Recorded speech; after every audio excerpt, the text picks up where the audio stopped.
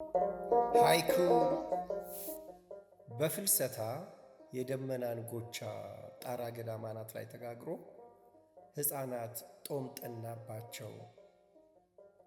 ፍልሰታ ጎበብ ከማለቱ የደመና ቆብ መድፋቱ ጣራ ገዳም አናቱ።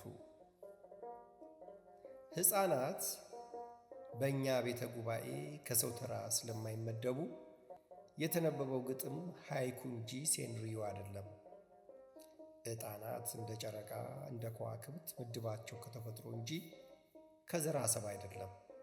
እንደ አደይ አበባ እንደ ፉዬ ገላ እንደ አንበሳ ደቦል እንደ መስቀል ኦፍ እንደነ ቡችዬ እንደነ ውርዬ ከነገደ ንጹሐን ወብፁዓን ተርታ እንጂ እምቦቀቅሎች ከሰው ወረዳ አይመደቡም።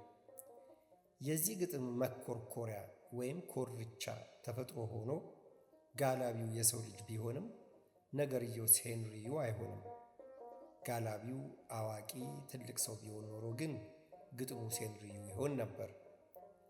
በሃይኩ ቤተ ጉባኤ ሕፃናት ከሰው ተርታ አይጣፉም።